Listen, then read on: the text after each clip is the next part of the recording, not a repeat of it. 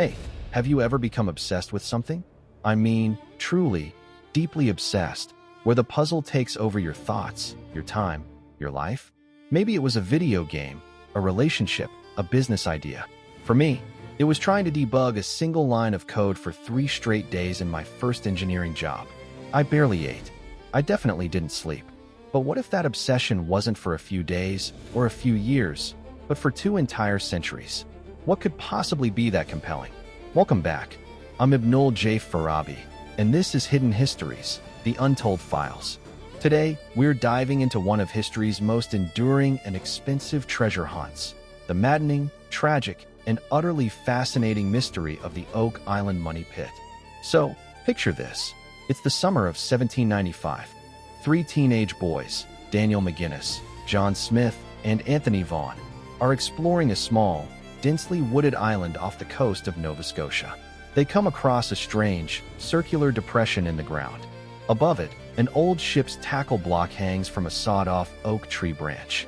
The boys, fueled by tales of pirates in these waters, start to dig. They quickly hit a layer of flagstones. Then, every 10 feet, they hit a platform of sturdy oak logs, sealed with a putty-like substance and layers of a fibrous material called coconut coir. By 30 feet, they realize they're in way over their heads. They've just discovered the money pit, and they've set in motion a 200-year obsession.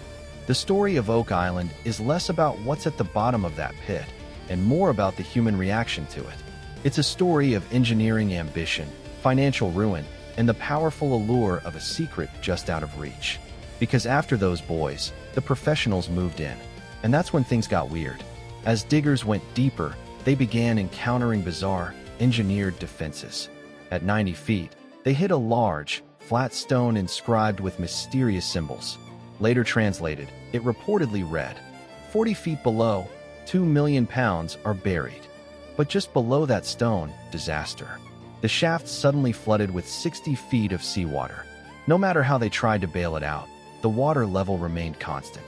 They'd hit a booby trap, a brilliantly designed series of flood tunnels connecting the pit to the ocean, meant to protect whatever was buried below. That flooding is the central, maddening mechanic of the Oak Island puzzle. It turns a simple dig into a near-impossible engineering challenge. And for over 200 years, it has dared generations of treasure hunters to outsmart it. Think about that for a second. This mystery predates the light bulb, the telephone, the automobile. People have been trying to solve it through the Napoleonic Wars, the Industrial Revolution, 2 world wars, and the dawn of the internet. The list of what could be down there is a history lesson in itself. Captain Kidd's pirate treasure, the lost jewels of Marie Antoinette, the original manuscripts of Shakespeare, even the Holy Grail or the Ark of the Covenant. The theories are a wild reflection of whatever historical romance captures the public's imagination at the time. But here's where my perspective as an engineer and entrepreneur really kicks in. What fascinates me isn't just the treasure, but the monumental human effort and cost expended to find it. This isn't just a hole in the ground. It's a case study in venture capital and sunk cost fallacy, 2 centuries before Silicon Valley made them buzzwords. By the mid-1800s, wealthy syndicates were forming, selling shares to fund massive excavations. They drilled core samples that brought up tantalizing clues, fragments of gold chain, links of old metal, even a tiny scrap of parchment with the letters 6 visible. Each clue was like a new round of funding, a proof of concept that kept the dream alive. But the island is a graveyard of fortunes.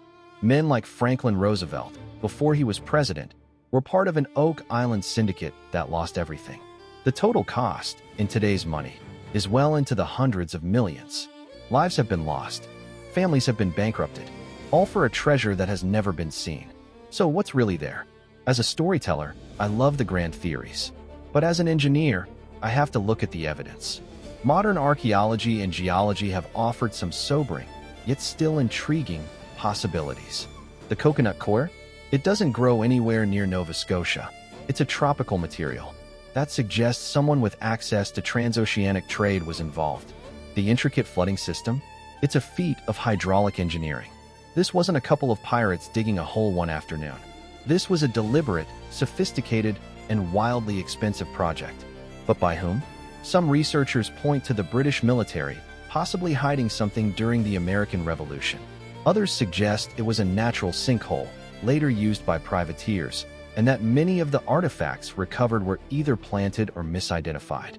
The most heartbreaking theory of all, that the real treasure was the operation itself, the endless cycle of selling shares and funding digs, a kind of historical Ponzi scheme where the dream was the only real currency. I sometimes think about those three boys on that summer day in 1795. They had no idea what they were starting. They tapped into a fundamental human drive, the need to solve, to discover, to find the thing that everyone else has missed. In a way, I understand that drive completely. Building a startup in New York, you're constantly digging for something too, a breakthrough, a product market fit, a solution. You hit barriers that feel as engineered and insurmountable as those flood tunnels. And the obsession can consume you just as easily. The lesson of Oak Island, for me, isn't to stop digging. It's to know why you're digging. Is it for the gold or for the puzzle itself? Is it for the outcome or for the act of striving? The money pit remains, to this day, unsolved. Modern treasure hunters, armed with sonar and giant caissons, are still at work, still finding little clues that keep the hope alive. And maybe that's the point. Maybe the true hidden history of Oak Island is not a chest of gold, but a mirror. It reflects our timeless capacity for hope, for ingenuity, and for stubborn, beautiful refusal to let a mystery lie. It shows that sometimes the journey, the 200-year collective journey of curiosity, becomes the story. Thank you for listening to this episode of Hidden Histories, The Untold Files. If this story of obsession pulled you in, consider sharing it with a fellow puzzle lover. For more deep dives into history's greatest mysteries, subscribe wherever you get your podcasts. This is Ibnul J. Farabi from Light Not Studios.